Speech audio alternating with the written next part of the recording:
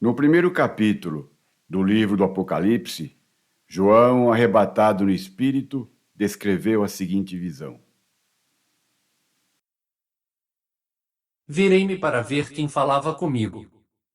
E, virando-me, vi 7 castiçais de ouro, e entre os 7 castiçais alguém semelhante ao Filho do Homem, vestido até aos pés de uma roupa comprida, e cingido pelos peitos com um cinto de ouro. E a sua cabeça e cabelos eram brancos como lã branca, como a neve, e os seus olhos como chama de fogo. E os seus pés, semelhantes a latão reluzente, como se tivessem sido refinados numa fornalha, e a sua voz como o som de águas correntes. Esse é o espírito profético de Jesus Cristo, no meio das igrejas. O Filho de Deus caminhando no meio das igrejas em julgamento. As 7 igrejas da Ásia, com a sua mistura de verdade e erro, carne e espírito, são uma imagem da igreja, a única igreja, a igreja do Novo Testamento. A verdadeira igreja, durante todo o período de 2000 anos de sua existência. Hoje, ainda a realidade atual das igrejas é de tristeza. Infelizmente, o povo de Deus, em sua maior parte, continua na Babilônia. Pois como poderia o Senhor dizer: Sai dela, povo meu, para que não sejas participante dos seus pecados, e para que não incorras nas suas pragas? A menos que a igreja esteja de fato habitando e habituada na Babilônia espiritual, assim como o antigo Israel esteve em cativeiro na Babilônia de Nabucodonosor II. Nesse contexto, a Babilônia representa um sistema religioso corrupto e ímpio, e o chamado é para que os crentes se afastem dele. Estamos agora na pior condição espiritual a que a igreja poderia chegar. Portanto, ela apresenta os maiores desafios para os fiéis e verdadeiros seguidores de Cristo, os proclamados eleitos vencedores, pois as condições espirituais dentro das igrejas são exatamente as coisas que somos chamados a vencer. E as promessas de Jesus Cristo aos vencedores das igrejas são maravilhosas. Vejamos a seguinte passagem do livro do Apocalipse, que faz parte da mensagem de Cristo à igreja de Pérgamo. Quem tem ouvidos, ouça o que o Espírito diz às igrejas. Ao que vencer darei eu a comer do maná escondido, e dar-lhe uma pedra branca, e na pedra um novo nome escrito, o qual ninguém conhece senão aquele que o recebe. O maná escondido e a pedra branca são expressões simbólicas, representando recompensas espirituais para aqueles que permanecem fiéis. O significado exato desses símbolos está aberto a interpretações, mas daremos a seguir a nossa visão a respeito deles.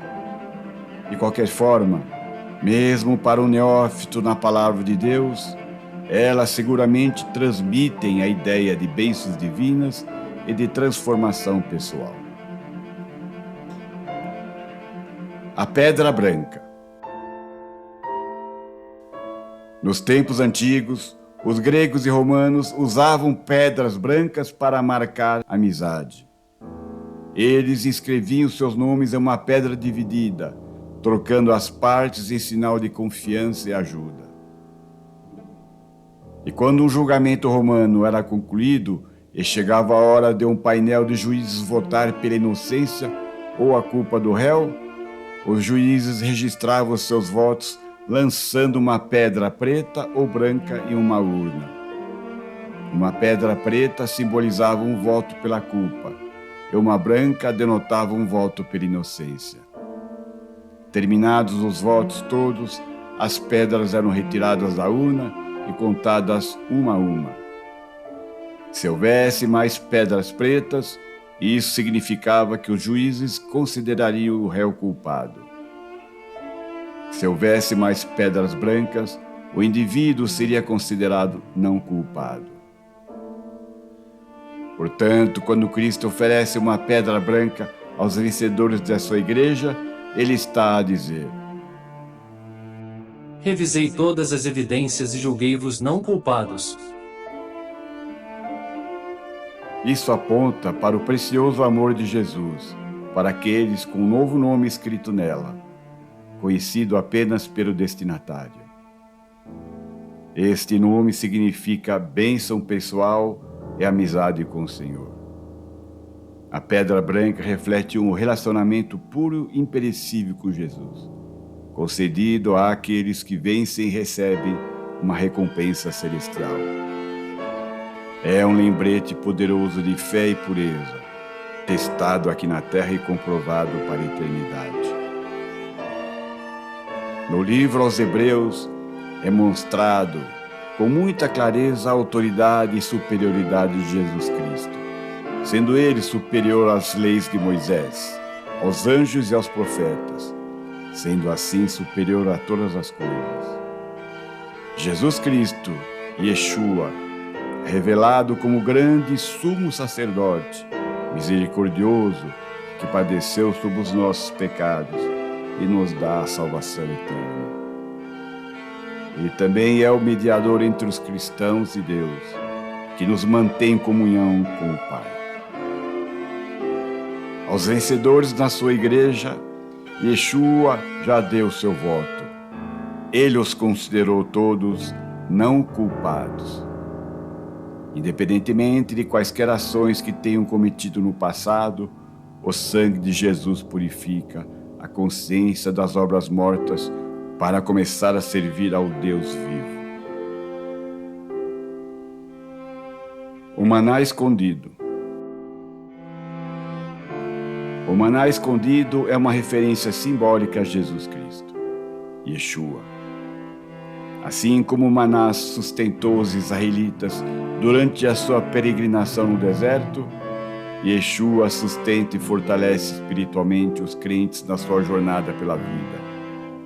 O maná simboliza o sustento espiritual que recebemos através da fé em Cristo.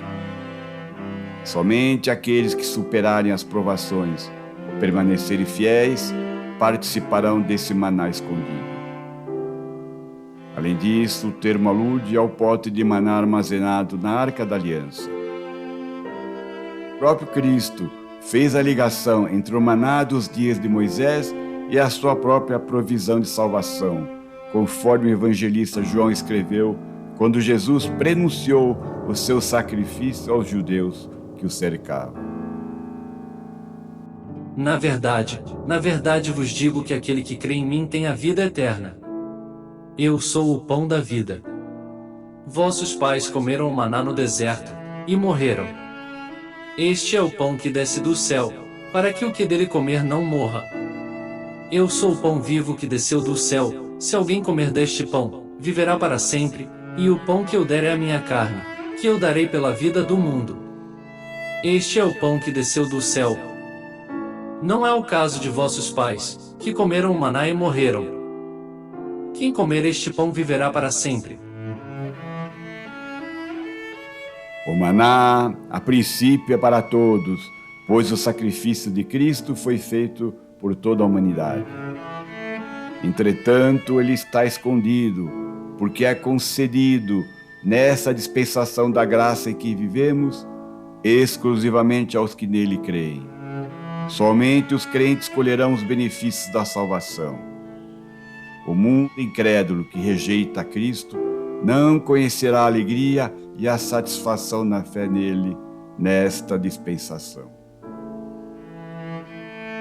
O destinatário do maná escondido é especificado como aquele que é vitorioso. O vencedor é aquele que persevera na fé, apesar das provações e dificuldades mundanas. Os vencedores são seguidores de Cristo, que resistem com sucesso ao poder e à tentação do mundo. Um vencedor mantém firme a fé em Cristo até o fim e demonstra completa dependência do Senhor em todos os momentos de sua vida. Pois João, em uma de suas epístolas, nos ensinou: Todo aquele que é nascido de Deus vence o mundo, e esta é a vitória que vence o mundo, a nossa fé. Quem é que vence o mundo, senão aquele que crê que Jesus é o Filho de Deus?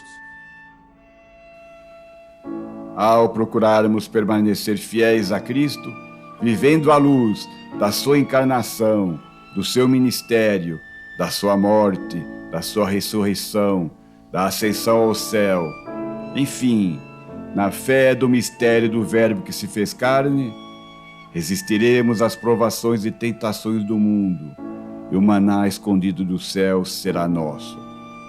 Mesmo que o mundo não consiga crer e compreender como isso possa ser possível, seremos sustentados, seremos fortalecidos no caminho para a nossa redenção e glorificação, ao encontro com o Pai Celestial na eternidade. Amém.